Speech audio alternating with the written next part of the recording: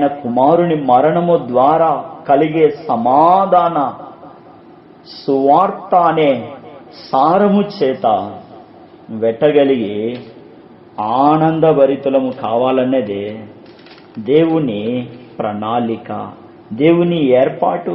ఏలయనగా శత్రులమై ఉండగా ఆయన కుమారుని మరణము ద్వారా మనము దేవునితో సమాధానపరచబడిన ఎడల సమాధానపరచబడిన వారమై, రోమీలకు రాసిన పత్రిక 5:10లో ఆయన జీవించుట చేత మరి నిశ్చయముగా రక్షింపబడుతున్నాము.